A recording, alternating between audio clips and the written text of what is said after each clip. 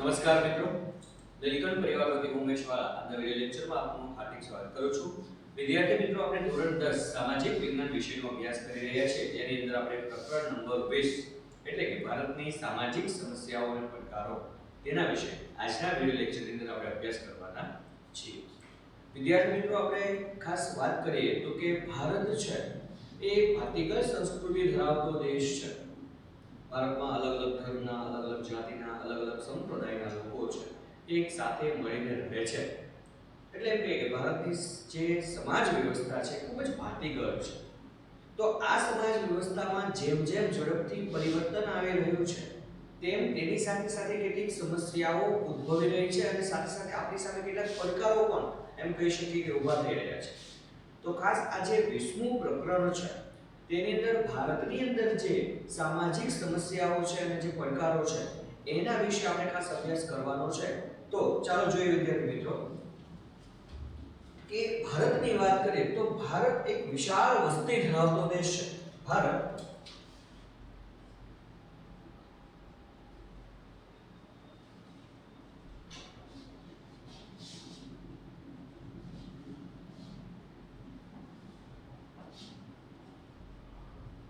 આપણે જાણીએ છીએ વિદ્યાર્થી મિત્રો કે વિશ્વમાં સૌથી વધારે વસ્તી ધરાવતો દેશ ચીન છે અને બીજા ક્રમે ભારત આવે છે.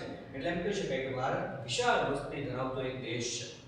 વિશ્વમાં સૌથી મોટી લોકશાહી ધરાવતો દેશ પણ કોણ છે? તો કે ભારત છે. કેવી રીતે આપણે સમજીએ કે વિશ્વમાં સૌથી મોટી લોકશાહી ધરાવતો દેશ ભારત છે. ખાસ આપણે વાત કરીએ વિદ્યાર્થી મિત્રો કે વિશ્વમાં સૌથી મોટી લોકશાહી, તો આપણે વાત કરી ભાઈ આપણે જે બીજા યુદ્ધનો સમયગાળો જે હતો એ પછીના સમયમાં આપણે ખાસ વાત કરીએ તો બીજા વિશ્વયુદ્ધ પછીના ઘણા બધા દેશો છે સ્વતંત્ર થયા. ઘણા બધા દેશો સ્વતંત્ર થયા અને આઝાદી પછી ઘણા બધા દેશોએ પોતાની શાસન વ્યવસ્થામાં કેટલોક પરિવર્તન લાવ્યા. ઘણા બધાએ લોકશાહી સ્વીકારી, સર્વત્યાશાહી સ્વીકારી, સામ્યવાદી પદ્ધતિ સ્વીકારી. તો એમ ભારતે લોકશાહી શાસન વ્યવસ્થા સ્વીકારી છે જેમાં લોકોનું લોકો માટે લોકો વડે ચાલતું શાસન. બરાબર. તો આપણે વાત કરીએ કે વિશ્વમાં સૌથી વધારે વસ્તી ધરાવતો દેશ કયો હતો? કે ચીન. ચીન છે એ લોકશાહી નથી, સૌથી વધારે વસ્તી ધરાવે છે સામ્યવાદી દેશ. બરાબર છે. તો ચીન છે એ સામ્યવાદી દેશ છે, લોકશાહી નથી. તો ચીન પછી બીજા નંબરે વસ્તી ધરાવતો દેશ કયો હતો? કે ભારત. બરાબર. તો એ વસ્તીની દ્રષ્ટિએ જોઈએ તો વિશ્વમાં સૌથી મોટો લોકશાહી દેશ કયો છે? ભારત છે. ભારતમાં અલગ અલગ ધર્મ, જાતિ, ભાષા, સંસ્કૃતિ ધરાવતા લોકો છે એ વસે છે. આપણે કહીએ પ્રાચીન સમયથી કેટલાય સમયથી ભારતમાં જુદા જુદા ધર્મ, જાતિ, ભાષા અને સંસ્કૃતિ ધરાવતા લોકો વસે છે. આપણે એમ કહીએ કે ભારત છે ભાતીગળ દેશ છે, વિવિધતામાં એકતા ધરાવતો દેશ છે. કેમ? તો કે આપણે જાણીએ છીએ કે ભારતમાં અલગ અલગ ધર્મના, અલગ અલગ જાતિના, અલગ અલગ ભાષા બોલનારા કે વિભિન્ન પ્રકારની સંસ્કૃતિ ધરાવતા લોકો છે એ રહે છે. ભારતીય સંસ્કૃતિ છે એ સમન્વયકારી અને સંભાવ ધરાવતી સંસ્કૃતિ છે, અથવા એમ કહી શકીએ કે તેની વિશેષતા છે કે ભારતીય સંસ્કૃતિ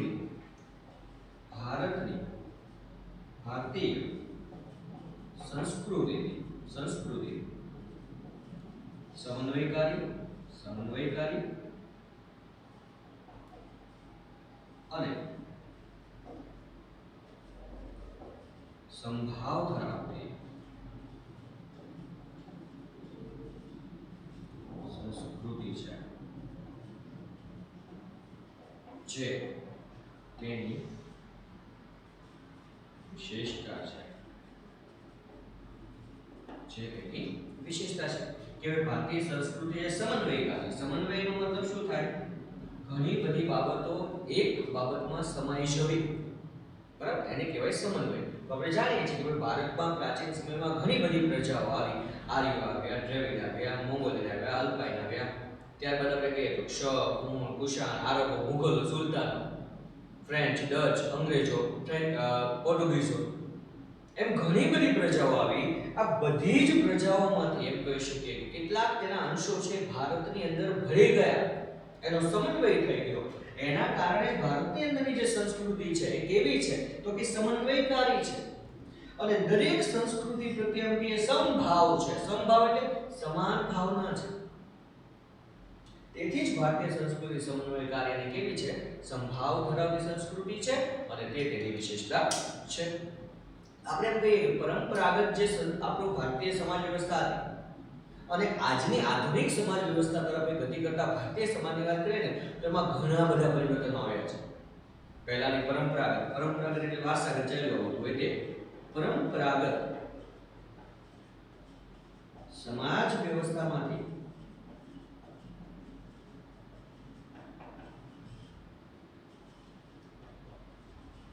આધુનિક સમાજ તરફ ગતિ કરતા ભારતીય સમાજમાં ઘણા બધા પરિવર્તનો આવ્યા છે. કે પરંપરાગત પહેલાના સમયની જે સમાજ વ્યવસ્થા હતી અને આજની આધુનિક સમયની સમાજ વ્યવસ્થા, મતલબ પરંપરાગત સમાજ વ્યવસ્થાથી આજની સમાજ વ્યવસ્થા સુધીમાં જે ભારતીય સમાજમાં જેટલા પણ એમ કહી શકીએ ફેરફારો થયા એમાં આપણે કંઈ ઘણા બધા પરિવર્તનો આવેલા જોઈ શકાય. પહેલા કુરિવાજો ઘણા બધા ભારતીય સમાજ વ્યવસ્થામાં ફેલાયેલા હતી. ઘણી બધી માન્યતાઓ હતી, વહેમો હતા, અંધશ્રદ્ધાઓ હતા. આપણી જે રૂઢિચુસ્તતાઓ છે કે એક જેમ કે ને કે જ્ઞાતિ કુટીક્રમ છે એ મુજબ આપણી સમાજ વ્યવસ્થા વહેંચાયેલી તેને આજે આપણે જોઈએ તો એની અંદર ઘણા બધા પરિવર્તનો આવેલા જોઈ શકાય. પહેલા જ્ઞાતિ છે મહત્વની હતી. આજે જ્ઞાતિ છે એને એમ કહી શકાય ને ગૌણ ગણી શકાય કે વ્યક્તિનું મહત્વ છે જ્ઞાતિ કરતા. વ્યવસાય કહીએ તો કે જ્ઞાતિ આધારિત હતા. જ્યારે આજના સમયમાં આપણે વાત કરીએ તો વ્યવસાય જ્ઞાતિ આધારિત નથી રહ્યા, તો કે તાલીમ, કૌશલ્ય અને આવડત આધારિત વ્યવસાયમાં જોડાય છે. તો એમ કહી શકાય પરંપરાગત સમાજ વ્યવસ્થાથી આધુનિક સમાજ તરફ ગતિ કરતા ભારતીય સમાજમાં ઘણા બધા પરિવર્તનો આવેલા જોઈ શકાય છે. આ પરિવર્તનોની સાથે સાથે કેટલીક સમસ્યાઓ છે તેનો પણ ઉદ્ભવ થયો છે કે પરિવર્તનની સાથે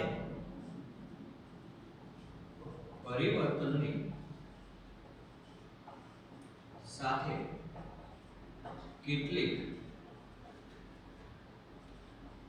સમસ્યાઓ પણ ઉદ્ભવી છે. કે પરિવર્તનની સાથે સાથે કેટલીક સમસ્યાઓ પણ ઉદ્ભવી છે, જેમ કે આર્થિક સમસ્યાઓ, સામાજિક સમસ્યાઓ, રાજકીય ધાર્મિક સમસ્યાઓ છે વગેરે જેવી સમસ્યાઓ સમાજ વ્યવસ્થામાં ફેલાયેલી જોવા મળે છે. દેશમાં સામાજિક, આર્થિક,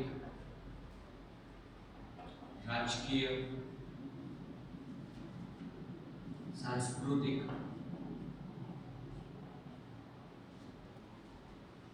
વગેરે જેવી સમસ્યાઓ ઉદ્ભવી છે.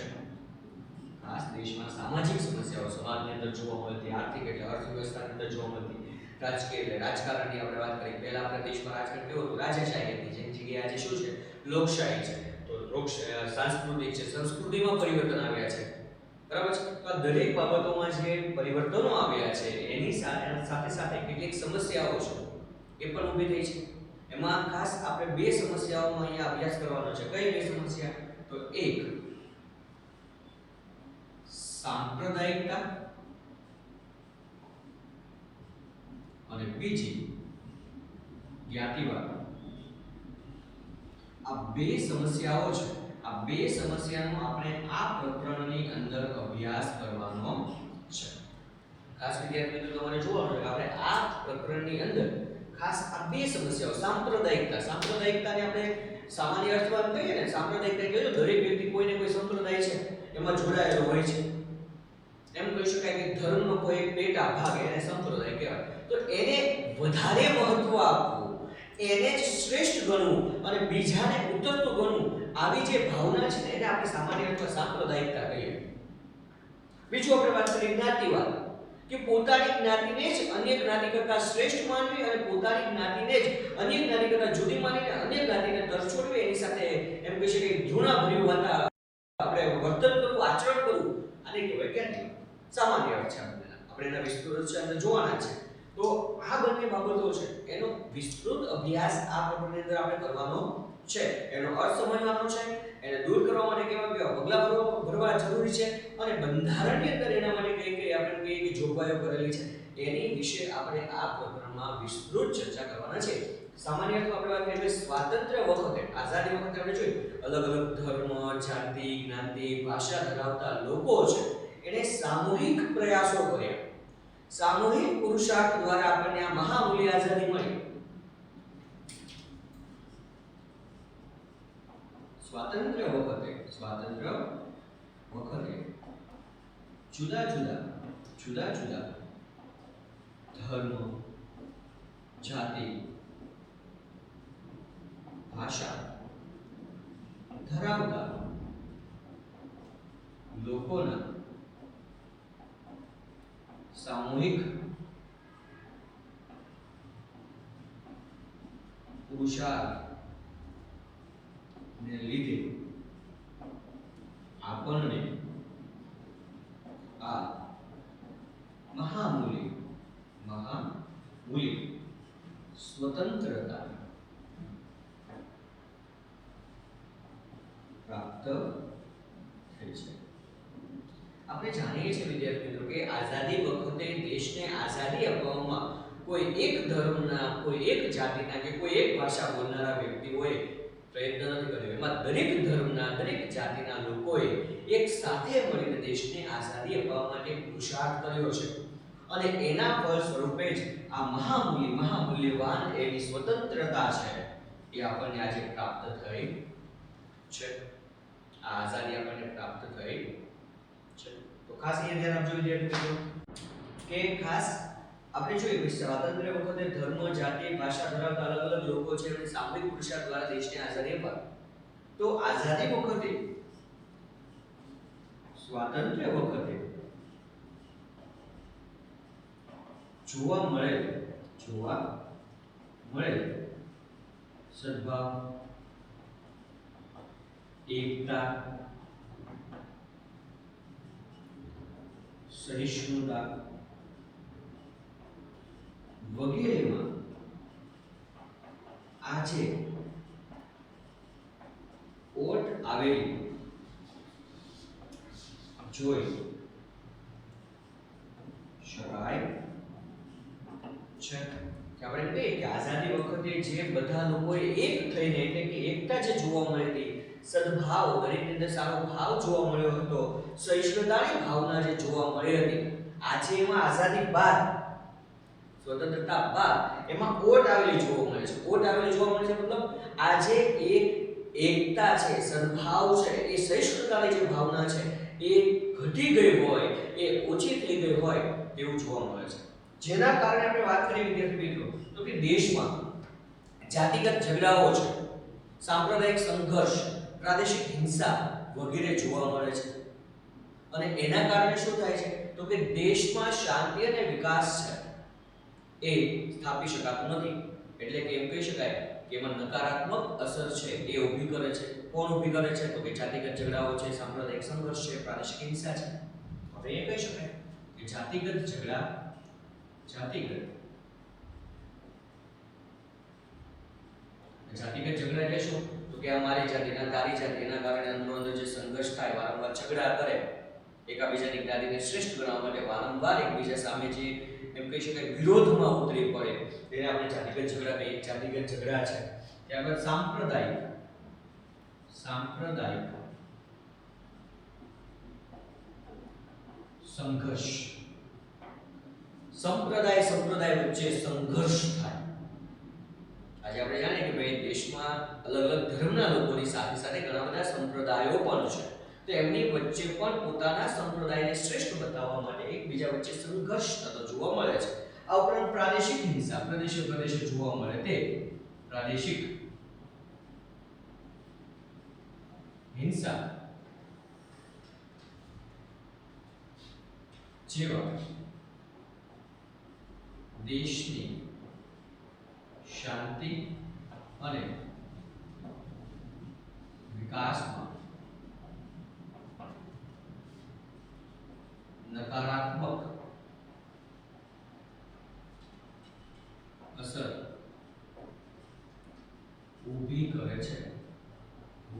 છે અથવા અવરોધક પરિબળો છે. કે આ જાતિગત ઝઘડા છે, સાંપ્રદાયિક સંઘર્ષ છે, પ્રાદેશિક હિંસા છે, જેના કારણે દેશની અંદર શાંતિ સ્થાપી શકાતી નથી, દેશના વિકાસમાં અવરોધ પેદા થાય છે, દેશનો વિકાસ સાધી શકાતો નથી. તો આ જે બધા ઝઘડાઓ છે, સંઘર્ષ છે, હિંસાઓ છે, એના કારણે દેશની અંદર દેશની શાંતિ સ્થાપવામાં અને વિકાસ સાધવામાં એ નકારાત્મક અસરો ઊભી કરે છે, નડતરરૂપ બને છે એમ કહી શકાય. જેના કારણે દેશમાં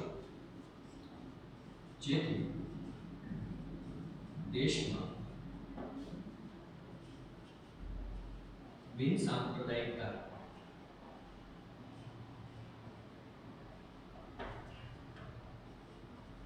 સામાજિક સદભાવ,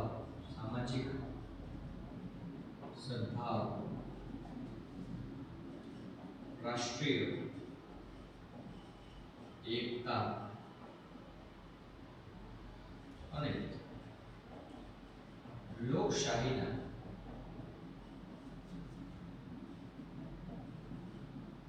મૂલ્યો સામે ગંભીર પડકાર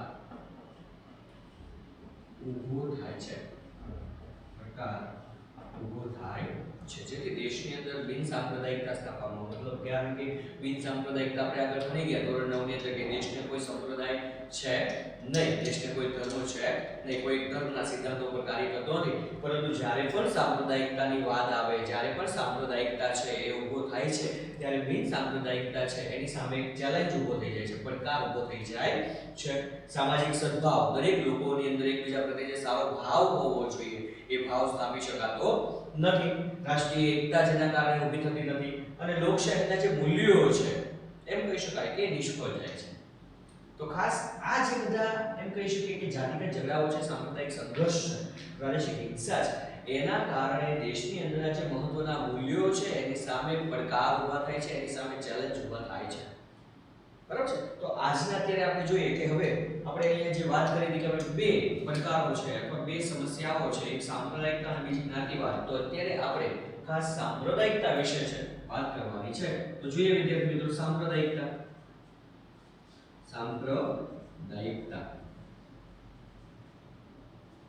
આપણે અગાઉ વાત કરી એનો સામાન્ય અર્થ થોડી આ શું સાંપ્રદાયિકતા કે પોતપોતાના સંપ્રદાયને મહત્વ આપવું, એનું હિત જાળવવા માટે પ્રયત્ન કરવો. બરાબર. તો આપણે વાત કરીએ ધર્મ. સંપ્રદાય છે ધર્મ સાથે જોડાયેલો છે. બરાબર છે. જેમ કે આપણે સામાન્ય અર્થમાં ઉદાહરણ છે, હું કોઈ પણ ધર્મ કે કોઈ પણ સંપ્રદાયના વિરોધમાં વાત કરતો નથી, માત્ર ને માત્ર વિદ્યાર્થીઓને મુદ્દો સમજાવવા માટે વાત કરું છું. કે આપણે અહીંયા વાત કરીએ કે અલગ અલગ સંપ્રદાય, તો આપણે હિન્દુ ધર્મની અંદર ઘણા બધા સંપ્રદાય છે, જેમાં શ્રદ્ધેય પરિવાર હોય કે પછી સ્વામિનારાયણ સંપ્રદાય હોય. કોઈ વ્યક્તિ છે એ એક જ ભગવાનને માનતા હોય છે, છતાં પણ આપણે કહીએ કે જેમ કે કૃષ્ણ એક જ છે, પણ કોઈ મુરલીધર કે કોઈ કાયા ઠાકર કે બરાબર છે વગેરે વગેરે. તો એ અલગ અલગ સંપ્રદાય છે. એટલે કે ધર્મ છે ને એ કોઈ સંપ્રદાય સાથે, કોઈ વાળા સાથે સંકળાયેલો નથી, પરંતુ ધર્મ એ શ્રદ્ધા અને આસ્થાનો વિષય છે. ધર્મ શ્રદ્ધા અને આસ્થાનો વિષય છે. આસ્થાનો વિષય છે કે ધર્મ, આપણે એમ કે ધર્મ આમ છે, ધર્મ પેલો, ધર્મ ભાઈ એ છે કે શ્રદ્ધા હોવી જોઈએ અને આસ્થા હોવી જોઈએ, તો જ ધર્મ છે. બાકી પછી માત્ર ને માત્ર દેખાવો કરીએ બીજા સામે તો એને ધર્મ કહી શકાય નહીં. સમજે છે ને? જો દેખાવો થાય ને તો સમજી લેવાનું તમે જ્યારે પણ ધર્મના નામે કોઈ ડોળ કરો છો તો એ ધર્મ નથી, શું છે? સાંપ્રદાયિકતા છે. જ્યારે પણ ડોળ થાય ત્યારે, બરાબર છે? કોઈ દરેક વ્યક્તિ છે, દરેક માનવ છે, એ કોઈને કોઈ ધર્મ કે સંપ્રદાયમાં માનતો હોય છે. આપણે વાત કરીએ સામાન્ય કે દેશનો દરેક માનવ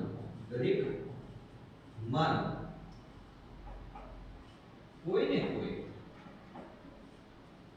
ધર્મ કે સંપ્રદાયમાં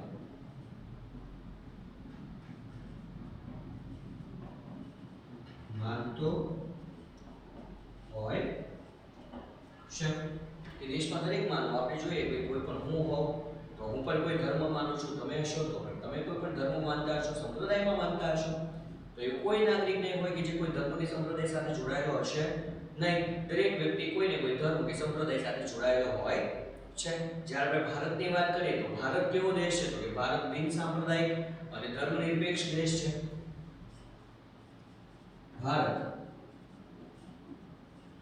બિન સાંપ્રદાયિક અને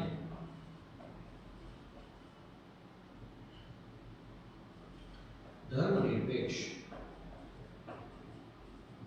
દેશ છે. આપણે હમણાં જ વાત કરી બિન સાંપ્રદાયિક એટલે શું? તો કે ભારતને કોઈ સંપ્રદાય નથી, ધર્મનિરપેક્ષ ભારતને કોઈ ધર્મ સાથે કોઈ પક્ષપાત નથી. મતલબ ભારત છે એ સર્વ ધર્મોને માનતો અને સર્વ ધર્મોને સમભાવથી જોતો એક દેશ છે, જેની અંદર દરેક ધર્મના લોકો એક સાથે મળીને સાથે રહે છે.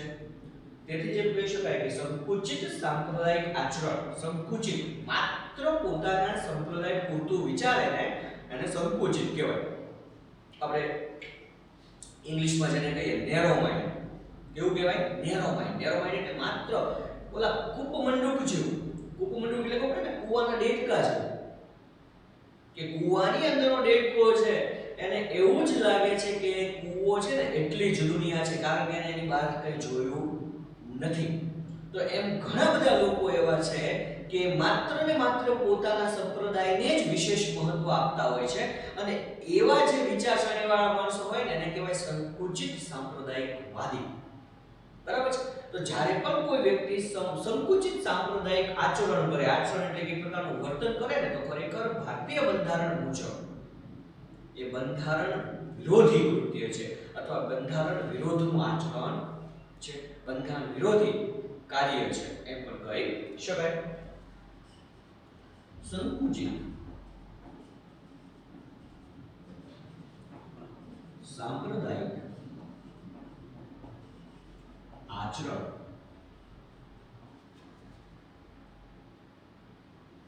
બંધારણ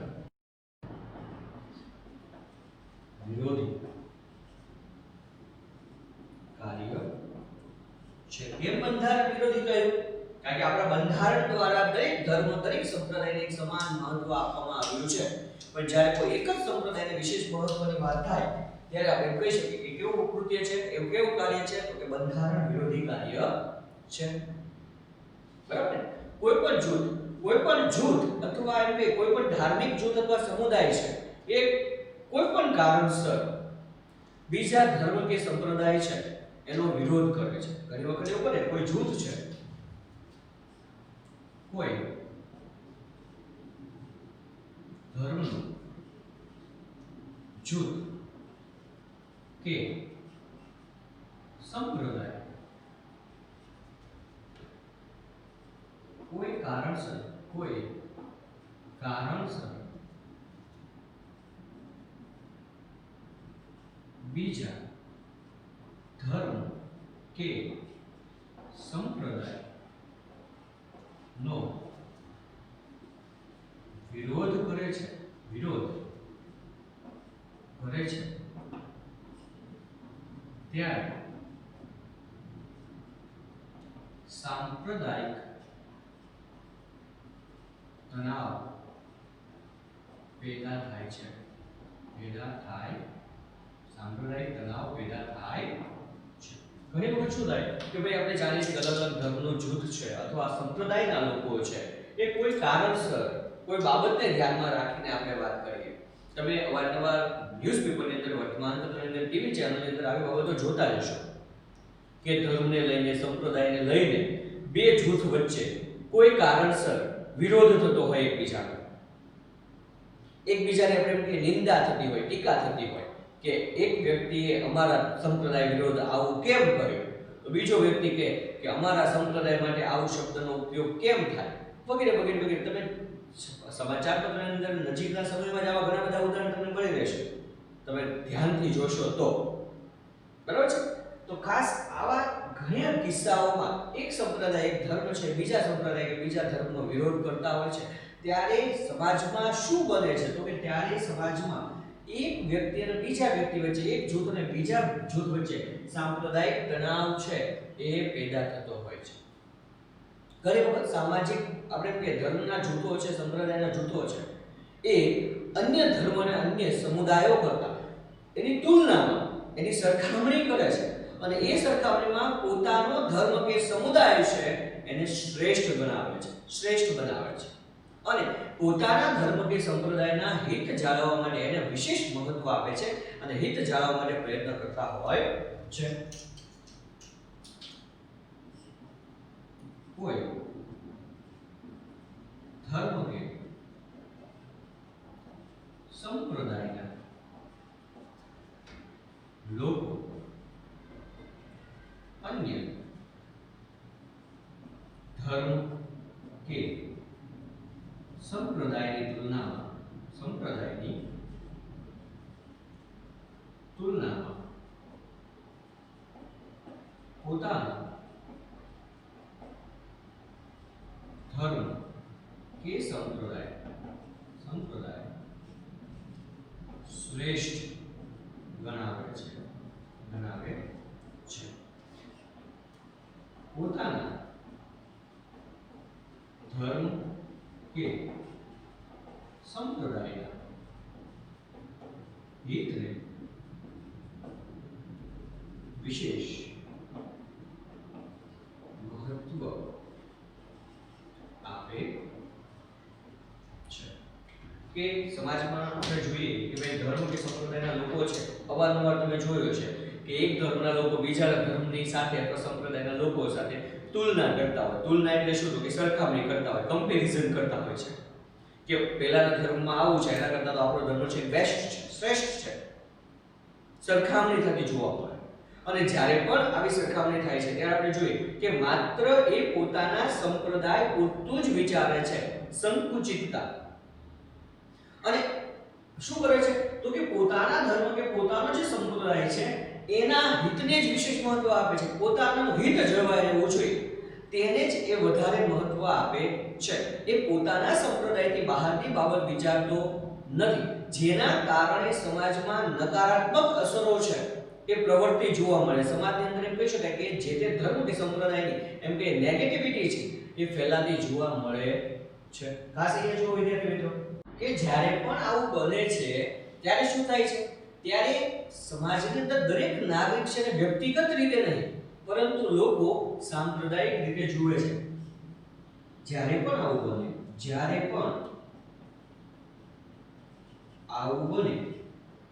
બને એટલે કે માત્ર સંપ્રદાયને જ વિશેષ મહત્વ આપવામાં આવે, માત્ર ધર્મને જ વિશેષ મહત્વ આપવામાં આવે, ત્યારે આવું બને ત્યારે ખાસ દરેક નાગરિકને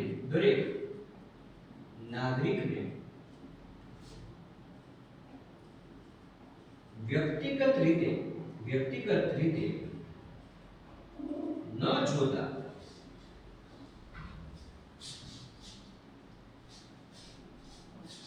સાંપ્રદાયિક રીતે જોવામાં આવે છે. કે જ્યારે પણ આવું બને એટલે કે જ્યારે પણ સમાજની અંદર કોઈ ધર્મ સંપ્રદાયની તુલના થાય છે, પોતાના જ ધર્મ કે સંપ્રદાયનું હિત જોવામાં આવે છે, ત્યારે દરેક નાગરિકને વ્યક્તિગત રીતે જોવામાં નથી આવતું કે આપણા દેશનો નાગરિક છે એવી રીતે જોવામાં આવતો નથી. પણ શું થાય છે તો કે સંપ્રદાયિક રીતે જોવામાં આવે, સંપ્રદાયને ધ્યાનમાં રાખી કે મારા સંપ્રદાયનો છે કે નહીં, મારા ધર્મનો છે કે નહીં, આ બધી બાબતોને વિશેષ મહત્વ આપવામાં આવે છે. અને ત્યારે સમાજને આવી સાંપ્રદાયિકતા વિભાજન તરફ દોરી જાય છે. કે ત્યારે આવી સાંપ્રદાયિકતા છે સમાજને કઈ બાજુ દોરી જાય છે? વિભાજન તરફ. વિભાજન એટલે દેશની અંદર ભાગલા પાડવા તરફ દોરી જાય છે. આઝાદી પછી આપણે વાત કરીએ વિદ્યાર્થી મિત્રો ખાસ કે આઝાદી પછી સાંપ્રદાયિકતાને દૂર કરવા માટે ઘણા બધા પ્રયત્ન કરવામાં આવ્યા છે, પરંતુ હજી પણ પૂરેપૂરી સફળતા મળી નથી, એટલે એના ઉપર નિયંત્રણ લાવી શક્યા નથી. આઝાદી બાદ અથવા સ્વાતંત્ર્ય બાદ સાંપ્રદાયિકતા પર નિયંત્રણ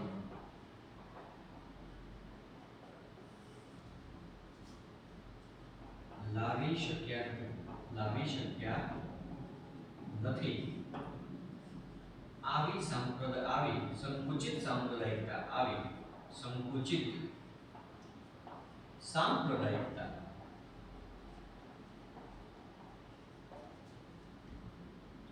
દેશ માટે નુકસાનકારક છે. કે આઝાદી પછી સાંપ્રદાયિકતાને દૂર કરવા માટે આપણે બિન સાંપ્રદાયિકતાનો હેતુ સ્વીકાર્યો છે. ઉપરાંત આપણે દરેક ધર્મને વિશેષ મહત્વ આપવા માટે ઘણા બધી એમ કહી શકાય કે બંધારણની અંદર જોગવાઈઓ પણ કરવામાં આવી છે.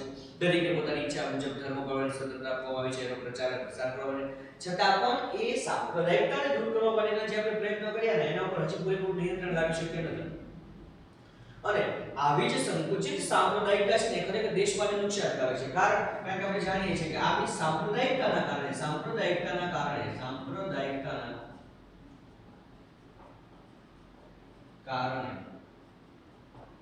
તણાવ પેદા થાય છે. તણાવ એટલે ડિપ્રેશન, સંઘર્ષ. માનસિક રીતે આપણે એમ કહીએ કે એકબીજા સાથે જ્યારે સંઘર્ષ ચાલતો હોય ને તણાવ કહેવાય. માનસિક રીતે સંઘર્ષ ચાલતો હોય બરાબર. તો આવી સાંપ્રદાયિકતાના કારણે તણાવ પેદા થાય છે, જેના કારણે આપણે એમ કહીએ કે દેશના પોતાના જ બંધુઓને પોતાના વિરોધી માને છે. સમજે છે ને? પોતાના આપણે એક જ દેશના નાગરિક છીએ, ભારતીય છીએ, મતલબ આપણે બધા જ આપણે પ્રતિજ્ઞાની અંદર પણ બોલીએ છીએ કે ભારત મારો દેશ છે, દરેક ભારતીય મારા ભાઈ બહેન છે. છતાં પણ એક જ દેશના જે બંધુઓ છે, ભાઈઓ છે, એને આ સાંપ્રદાયિકતાના કારણે શું માને છે? વિરોધી માને છે. કે જેથી એક જ અથવા તો પોતાના જ બંધુઓને, પોતાના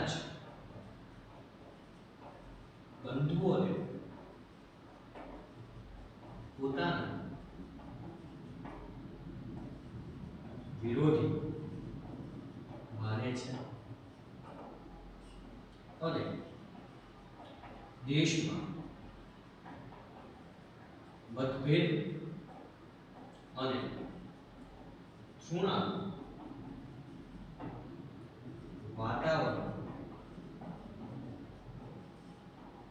ઊભું થાય છે. કે પોતાના જ બંધુઓને પોતાના વિરોધી માને છે અને એના કારણે દેશમાં મતભેદ થાય છે. મતભેદ એટલે વિચારભેદ, એકબીજાના વિચારો મળતા નથી. બરાબર છે?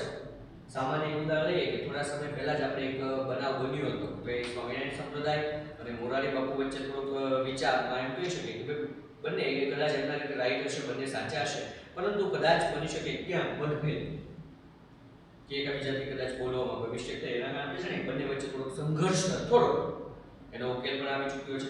પરંતુ આ સંઘર્ષ, મતભેદ અને ધૃણા એટલે નફરત, ધિક્કાર, તિરસ્કારની લાગણી છે એ ઉત્પન્ન થતી જોવા મળે છે. જેના કારણે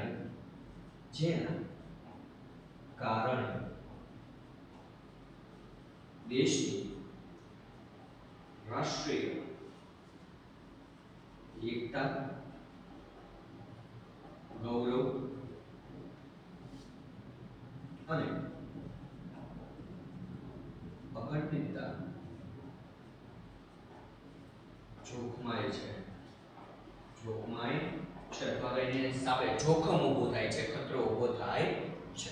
તો આવી સાંપ્રદાયિકતાને દૂર કરવા માટે પ્રયત્ન કરવા જરૂરી છે, બરાબર ને? કારણ કે આ સાંપ્રદાયિકતા છે ખરેખર રાષ્ટ્ર માટે તો નુકસાનકારક છે, દેશ માટે નુકસાનકારક છે, દેશની અંદર એકતા જાળવવામાં એમ કે ખતરો ઊભો કરે છે, દેશનું ગૌરવ જાળવવામાં ખતરો ઊભો કરે છે, લોકશાહીના મૂલ્યો સ્થાપી શકાતા નથી, બિન સાંપ્રદાયિકતા છે એ જાળવી શકાતું નથી, સામાજિક સદભાવ છે કેળવી શકાતો નથી. તો આ બધા માટે રાષ્ટ્રીય એકતા, રાષ્ટ્રીય ગૌરવ, અખંડિતતા છે એના સામે જોખમ ઊભું કરે છે, જેથી આ સાંપ્રદાયિકતાને દૂર કરવા માટે દરેકે સહિયારો પ્રયત્ન કરવો જરૂરી છે. તો જોઈએ સાંપ્રદાયિકતા સામે સંઘર્ષ છે. એની સામે આપણે શું સંઘર્ષ કરીશું? સાંપ્રદાયિકતા સામે સંઘર્ષ. ખાસ વિદ્યાર્થી મિત્રો એ જુઓ કે સાંપ્રદાયિકતા સામે સંઘર્ષ મતલબ સાંપ્રદાયિકતાને દૂર કરવા માટે આપણે શું કરવું પડે? તો આપણે જાણીએ છીએ કે સાંપ્રદાયિકતા છે એ વ્યક્તિ, સમાજ કે રાષ્ટ્રના વિકાસમાં અવરોધક પરિબળ છે. આપણે વાત કરી કે ભાઈ સાંપ્રદાયિકતા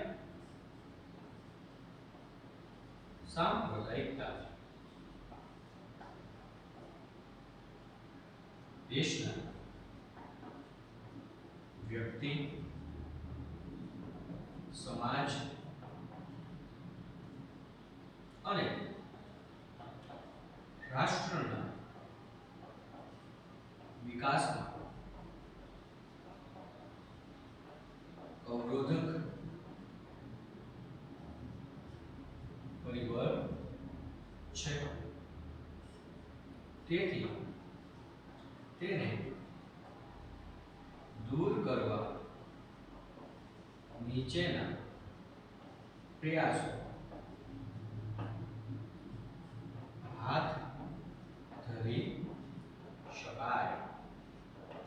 વિદ્યાર્થી મિત્રો ખરેખર સાંપ્રદાયિકતા છે દેશમાં વ્યક્તિ છે, સમાજ છે, રાષ્ટ્ર છે એના વિકાસમાં અવરોધક, એના વિકાસમાં એ નડતરરૂપ બને છે, એક અવરોધક પરિબળ છે. તેથી તેને દૂર કરવા માટે આપણે કહી શકીએ કેટલાક આપણે પ્રયાસો કરવા જરૂરી છે. તેમાં આપણે ખાસ વાત કરીએ પહેલો પ્રયાસ કયો કરીશું? તો કે દેશના સર્વ નાગરિક અને સરકારે સાથે મળીને જે સાંપ્રદાયિક તત્વો છે એને સત્તાપૂર્વક દૂર કરવા પ્રયત્ન કરવો જોઈએ. સમજાય ને? પહેલો પ્રયત્ન કોને કરવાનો? તો દેશના દરેક નાગરિક અને સરકારે બંને સાથે મળીને આ જે સાંપ્રદાયિક ભાવના છે એને દૂર કરવા માટે પ્રયત્ન કરવો જોઈએ. તો લખીએ વિદ્યાર્થી મિત્રો કે દેશના સૌ નાગરિક અને સરકારે સાથે મળી સાંપ્રદાયિક તત્વોને સખ્તાઈપૂર્વક દૂર કરવા પ્રયત્ન કરવો જોઈએ.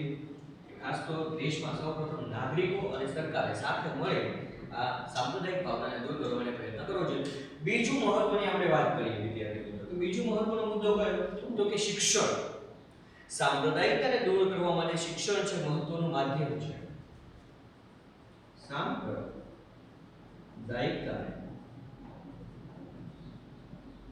દૂર કરવા માટે મહત્વનું માધ્યમ શિક્ષણ છે. શું છે? શિક્ષણ. ભાઈ શિક્ષણની અંદર દરેક ધર્મની સારી બાબતો છે એ શીખવવી જોઈએ અથવા તો શામેલ કરવી જોઈએ અભ્યાસક્રમોમાં.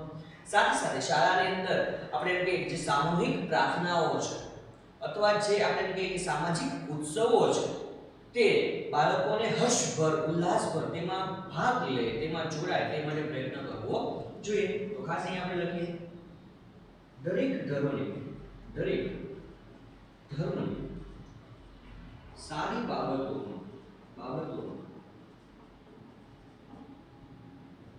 અભ્યાસક્રમ અને શિક્ષણમાં સામેલ કરવા જોઈએ. સારી બાબતો શીખવશું કારણ કે બાળક જ ભવિષ્ય છે. તો એ બાળકને જ આપણે જો સારી બાબત શીખવીશું તો દેશની અંદર પણ ભાવિ પેઢી સારી જ બનશે. દરેક ધર્મને મહત્વ આપશું. સાથે સાથે આપણે વાત કરીએ દરેક ધર્મની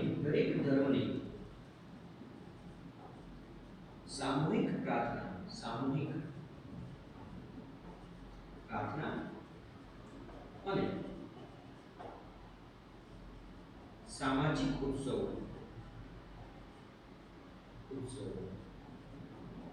ને વિશેષ મહત્વ આપ જોઈએ. ખાસ આપણે એમ કહીએ કે સામૂહિક પ્રાર્થના આપણે જાણીએ સર્વધર્મ પ્રાર્થના. સામૂહિક પ્રાર્થનાની દરેક શબ્દ ઉમેરી શકાય. સર્વધર્મ પ્રાર્થના જેમાં દરેક ધર્મનું વિશેષ મહત્વ હોય એવી પ્રાર્થનાઓ બાળકોને ગૌરવવી જોઈએ. સાથે સામાજિક ઉત્સવો છે એ દરેક ધર્મના લગતા હોય તેમાં બાળકોને વિશેષ એમાં ભાગ લે તે માટે જોડવા જોઈએ જેથી કરીને બાળકોની અંદર આ જે અલગ અલગ સાંપ્રદાયિકતાની ભાવના છે દૂર થાય અને દરેક ધર્મનું મહત્વ જળવાય રહે તે માટે પ્રયત્ન કરવો જોઈએ. આગળ વાત કરીએ વિદ્યાર્થી મિત્રો સાંપ્રદાયિક વિચાર આધારિત રાજકીય પક્ષોને માન્યતા ન આપવી જોઈએ. ખાસ આપણે જાણીએ છીએ કે આપણો દેશ છે લોકશાહી દેશ છે, બિન સાંપ્રદાયિક દેશ છે જેની અંદર અલગ અલગ રાજકીય પક્ષો છે જે લોકો દ્વારા ચૂંટાય છે અને દેશનું શાસન વ્યવસ્થા સંભાળે છે. તો કદાચ કોઈ રાજકીય પક્ષ છે એ સંપ્રદાયને આધારિત હોય, સંપ્રદાયને લગતો હોય, એની સાથે સુસંગત હોય તો એવા રાજકીય પક્ષોને માન્યતા ન આપવી જોઈએ. એને એમ કહી શકાય કે એને માન્ય ગણવો જ ન જોઈએ. અને આપણે જાણીએ છીએ કે ચૂંટણી વખતે આચાર સંહિતા છે. ચૂંટણી વખતે ખાસ આચાર સંહિતા નો અમલ કરવો અને કરાવવો જોઈએ. આપણે જાણીએ કે ચૂંટણી વખતે આચાર સંહિતા છે. જ્યારે પણ ચૂંટણીની તારીખ જાહેર થાય છે ત્યારથી આચાર સંહિતા લાગી જાય છે. આચાર સંહિતા એટલે કોઈ પણ રાજકીય પક્ષ છે એ પોતાનો પ્રચાર પ્રસાર કરી શકતા નથી અથવા કોઈ એવો ધર્મને આધારે કોઈ ફેલાવો કરી શકતા નથી. ધાર્મિક રીતે ચૂંટણીનો ફેલાવો કરવો એમ કહીએ કે આપણી બંધારણની જોગવાઈ 123 ક છે એના મુજબ એ ગેરરીતિ ગણાય છે અને એની માન્યતા રદ થઈ જાય છે. તો ખાસ ચૂંટણી વખતે આચાર સંહિતાનો અમલ થવો જોઈએ અને અમલ થવો જોઈએ ને પણ બીજાને કરાવવો પણ જોઈએ કે ખાસ એ આચાર સંહિતા છે એનો દેશમાં દરેક જગ્યાએ દરેક નાગરિકે અમલ પણ કરવો જોઈએ અને બીજા વ્યક્તિ પાસે પણ કરાવવો જોઈએ. હવે વાત કરીએ મિત્રો કે આપણા દેશની અંદર ખાસ કેટલાક સમૂહ સંચાર માધ્યમો છે જેમ કે ટીવી છે, વર્તમાનપત્રો છે, આપણે કહીએ રેડિયો, ટેલિવિઝન ને આપણે જે ટેલિવિઝનની વાત કરીએ ખાસ તો ટેલિવિઝન દ્રશ્ય શ્રાવ્ય માધ્યમ છે. કેવું જોઈ પણ શકાય છે, સાંભળી પણ શકાય છે. તો ટીવી ચેનલો ઉપર ખાસ રાષ્ટ્રવાદ, રાષ્ટ્રભાવના, રાષ્ટ્ર એકતા ઉત્પન્ન થાય અને પ્રોત્સાહન મળે એવા કાર્યક્રમો છે એ વિશેષ દર્શાવવા જોઈએ. ટીવી ચેનલો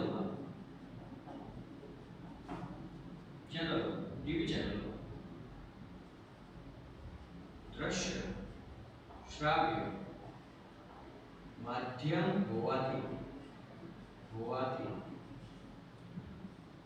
લોકોમાં એકતા, બંધુતા,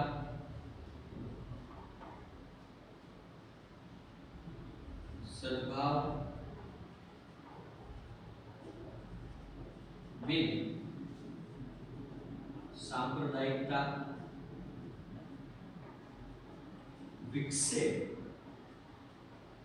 અને તેવી ભાવનાને પ્રોત્સાહન મળે તેવા કાર્યક્રમો રજૂ કરવા જોઈએ. ખાસ આપણે જ્યારે ટીવી ચેનલો છે એની અંદર આપણે ઘણી બધી સિરિયલ્સ આવે છે, ઘણા બધા ફિલ્મો આવે છે. એ ફિલ્મોની અંદર ખાસ એવા કાર્યક્રમો રજૂ કરવા જોઈએ કે જેના કારણે રાષ્ટ્ર ભાવના છે, દેશ ભાવના છે, દેશ રાજ છે, બરાબર, દેશ પ્રેમ છે, એકતાની ભાવના છે, બંધુતાની ભાવના છે, બિન સાંપ્રદાયિકતા છે, સહિષ્ણુતા છે, સદભાવ છે, આ બધી ભાવનાનો વિકાસ થાય, સાથે એમને એ જાળવવા માટે પ્રોત્સાહન મળે એવા કાર્યક્રમો રજૂ કરવા જોઈએ. ધાર્મિક નેતાઓ અને રાજકીય નેતાઓએ છે બંને સાથે મળીને સાંપ્રદાયિકતાને દૂર કરવા માટે, નાથવા માટે પ્રયત્ન કરવા જોઈએ. કે આપણે જાણીએ કે ધાર્મિક નેતા, કારણ કે જો સાંપ્રદાયિકતા છે અલગ અલગ ધર્મ અને સંપ્રદાય સાથે જોડાયેલા છે, પરંતુ જ્યારે ધાર્મિક નેતાઓ છે, જે સાંપ્રદાયિક નેતાઓ છે, એ અને સરકાર બંને જો પ્રયત્ન કરશે તો આ સાંપ્રદાયિકતાને દૂર આરામથી કરી શકાય અથવા તો ઝડપથી દૂર કરી શકાય. તો ખાસ ધાર્મિક નેતાઓ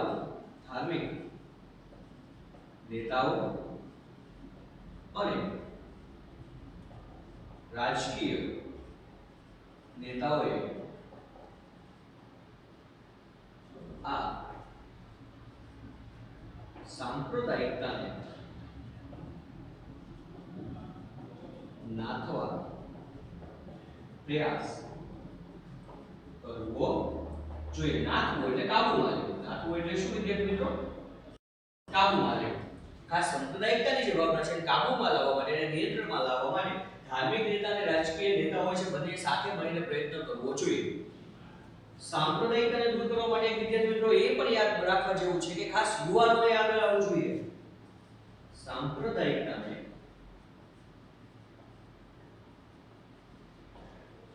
દૂર કરવા યુવાનોએ આગળ આવવું જોઈએ. અને ખાસ યુવાનોની અંદર, ખાસ યુવાનો, કારણ કે આપણે જાણીએ છીએ દેશનું ભવિષ્ય કહીએ, દેશનું વર્તમાન કહો તો દેશનું વર્તમાન યુવાનો જ છે. તો એની અંદર જો સાંપ્રદાયિકતાની ભાવના નહીં હોય તો આપણે એમ કહી શકીએ કે દેશમાંથી સાંપ્રદાયિકતાને ઘણી બધા અંશે દૂર કરી શકાય. તો સાંપ્રદાયિકતાને બદલે યુવાનોમાં બિન સાંપ્રદાયિક અને વૈજ્ઞાનિક દ્રષ્ટિકોણ વિકસે તે માટે પ્રયત્ન કરવો જોઈએ. યુવાનોમાં સાંપ્રદાયિકતાને બદલે શું બિન સાંપ્રદાયિકતા અને વૈજ્ઞાનિક દ્રષ્ટિકોણનો વિકાસ થાય તે માટે પ્રયત્ન કરવો જોઈએ.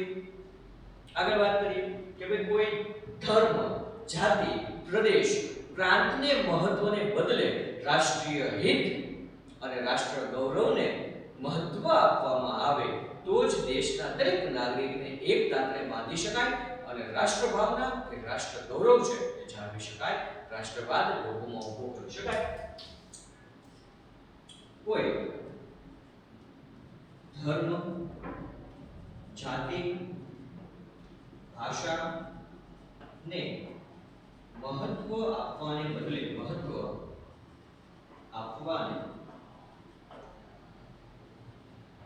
બદલે રાષ્ટ્રહિત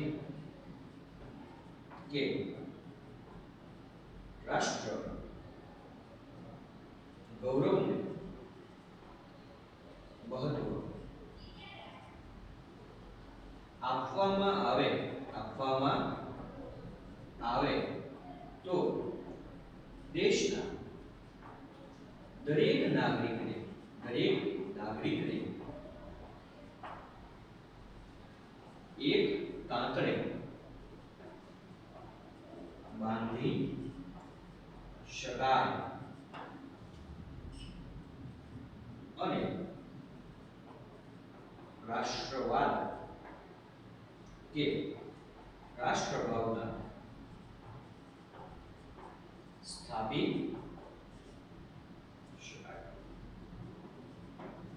કે દેશમાં કોઈ ધર્મ, જાતિ, ભાષાને મહત્વ આપ્યા હોય. આપણે જો કે ભાઈ દેશની અંદર ઘણા લોકો છે, ઘણા નાગરિકો છે, પોતાના ધર્મને, પોતાની જાતિને અથવા પોતાની ભાષાને જ મહત્વ આપે, પોતાના પ્રદેશને જ મહત્વ આપે, જેના કારણે આપણે જાણીએ છીએ કે ધર્મવાદ છે, જાતિવાદ છે, પ્રદેશવાદ છે, ભાષાવાદ છે વગેરે જેવી સમસ્યાઓ ઊભી થાય છે. જેના કારણે દેશમાં શાંતિ કે વિકાસ છે એ થઈ શકતો નથી. તો ખાસ આવા ધર્મ, જાતિ, ભાષાને મહત્વ આપવાને બદલે રાષ્ટ્રહિતને જો મહત્વ આપવામાં આવે વિદ્યાર્થી મિત્રો, ખાસ રાષ્ટ્રહિતને જોવામાં આવે, રાષ્ટ્રના ગૌરવને જોવામાં આવે, તો દરેક નાગરિકને એક તાતરે બાંધી શકાય. મતલબ એને કે દોરાથી બાંધવાનો નથી હો, પરંતુ એમની અંદર એકતા સ્થાપી શકાય. દરેક એક છે એવી ભાવના એમની અંદર વિકસાવી શકાય, ત્યારે જ રાષ્ટ્રવાદ કે રાષ્ટ્રભાવના દેશમાં સ્થાપી શકાય. તો વિદ્યાર્થી મિત્રો, આજના વિડિયો લેક્ચરની અંદર આ પ્રકરણનું મહત્વની બે સમસ્યાઓમાંથી એક સાંપ્રદાયિકતા, એના વિશે આપણે સમજ મેળવી. તેને દૂર કરવા માટે કયા કયા પગલાં લઈ શકાય. તમને બોર્ડની અંદર પ્રશ્ન પૂછાય કે સાંપ્રદાયિકતાને દૂર કરવા માટે સરકારે કયા કયા પ્રયાસો હાથ ધર્યા છે, અથવા તો સાંપ્રદાયિકતાને દૂર કરવા માટે કેવા કેવા પ્રયાસો હાથ ધરી શકાય. તો આપણે જે છેલ્લો મુદ્દો જોયો, સાંપ્રદાયિકતા સામે સંઘર્ષ, તેના વિશે આપણે જે મુદ્દાઓ જોયા એના વિશે આપણે લખી શકીએ છીએ અને સમજીએ તો વધારે યાદ રહેશે. તો ખાસ આજે સાંપ્રદાયિકતાની ભાવના છે દેશમાંથી દૂર થાય તે માટે વિદ્યાર્થી મિત્રો તમે એનું દેશનું ભવિષ્ય છો એટલે તમારે એને ખાસ સમજવાનું છે. સાથે સાથે આપણે બોર્ડને ધ્યાનમાં રાખીને તૈયાર પણ કરવાનું છે. તો ખાસ દર વખતનું એક સૂચન, વિડિયો લેક્ચર જોયા બાદ પાઠ્યપુસ્તકનો અચૂક અભ્યાસ કરવો અને જો કોઈ પ્રશ્ન લાગે તો તરત જ સંપર્ક કરવો. બરાબર છે? ધન્યવાદ.